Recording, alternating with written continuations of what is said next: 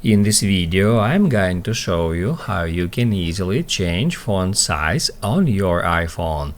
Be sure to watch the video to the very end so you don't make any mistakes, and of course do not forget to like this video and subscribe to my channel. Thanks guys.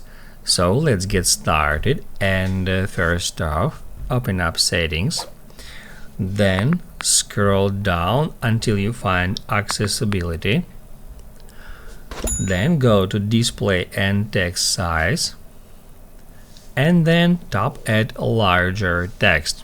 That's where we can change font size on our iPhone simply by dragging it left or right in this way. If the size is not big enough, we can activate this feature and it gives us an option to increase it to that huge size,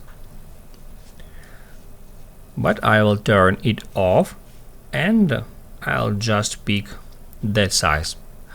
Once you've done that, you can go to system menus to check your current font size, and then you can go back and increase or reduce the size, and if you like that font size, you can just hop out settings because you have already changed your font size.